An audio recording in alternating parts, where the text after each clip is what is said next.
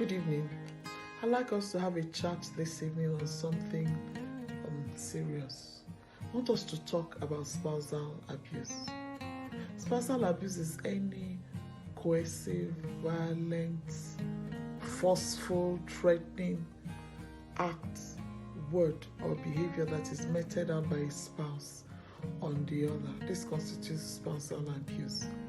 And this is something that is hardly talked about for many reasons, especially for cultural reasons in our society, but something that is very pervasive amongst us, something that has led to a lot of harm of the victims and sometimes death of the victims.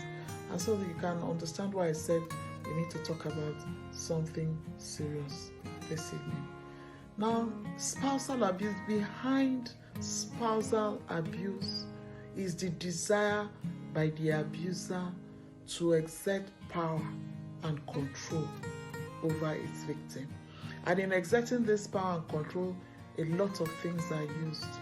Humiliation of the victim, intimidation of the victim, threatening the victim, denial, putting blames of different things on the victim, all aimed at having a kind of power over the victim and having a kind of control over the victim.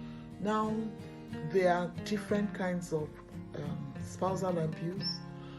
Most times we think about physical abuse where there's actually violence and physical violence, but beyond that you have verbal abuse, you have psychological, mental abuse, you have economic abuse, you actually have sexual abuse.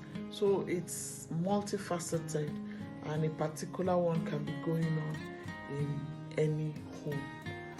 There's something else about spousal abuse. It's usually episodic, or if you like, you can say it's cyclical.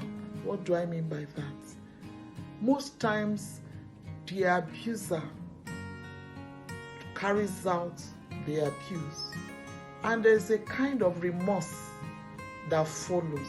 So you see an abuse, and then a remorse, apparent remorse by the abuser, and in that state of remorse, there's an attempt to compensate for, the abuse. There might be giftings, there might be, somebody suddenly becoming extra nice to the person and all that. So I call it the honeymoon phase after the abuse. So there's the abuse, then there's that honeymoon phase when there's a lot of remorse, a lot of niceness, a lot of apologies, a lot of trying to make up, and then normalcy returns. So there's the normalcy stage, things are in status quo, and then there's tension building up again, and once tension is building up, a lot of irritability, and then there's a trigger, and then the abuse happens again, and then the cycle repeats itself. And sometimes because of this honeymoon phase, remorse kind of phase, you find the victim of the abuse actually shielding the abuser.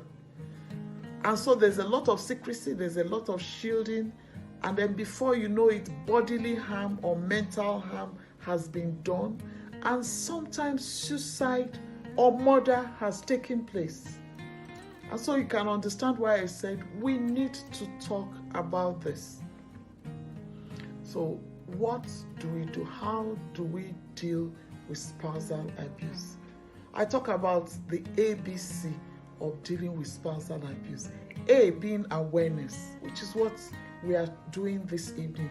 Be aware that this is going on. Be aware that this is a serious situation. Be aware that this is your business, because most of the times we say this is not my business, I don't want to poke nose, but it becomes your business when your neighbor is dead or your colleague in the office is dead. So it's all our business. Be aware. Awareness is very important. Now, my B is be sensitive to abuse. What do I mean? Ask yourself, are you in an abusive relationship? You that you're listening to me, examine whether you are in an abusive relationship, and if you are in an abusive relationship and you're able to recognize it, then you seek help. Now, okay, you're not in an abusive relationship, but also look out for telltales of abusive relationships around you. Your colleague that walks into the office on a Monday with a swollen face and tells you, oh, I bumped into the door in my house over the weekend. And then by Friday, she turns up with a red eye, and says, oh, I fell down in the bathroom. And then she comes in the next 2 weeks, she has a gash, an open wound on the face or any part of the body. You say, oh, I fell on my kitchen, or all that. Stories. You need to be sensitive and ask yourself, are these telltales of abuse? Is this a victim? Does this victim need help? And then you'll be able to take, to offer that help. Now, that's B. The C, which is very important, is confrontation. What keeps an abusive relationship going is secrecy. The abuser needs to be confronted. If the abuser is not confronted with what is going on and what he or she is doing wrong, the tendency to continue until there is, stories that touch the heart is very sure.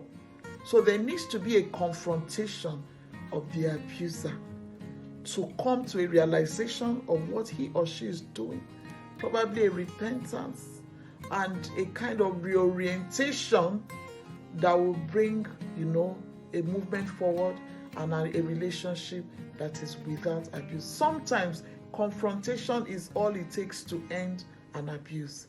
And most times people don't realize it. And so they keep shielding and the abuse keeps on going on. So I really want us to take responsibility for one another and be aware, be sensitive, confront abuse. The abuser needs help, and so does the victim. Because sometimes we think it's just the victim that needs help. The abuser needs help. May God help us to be sensitive and be one another's keeper. Thank you, and God bless you.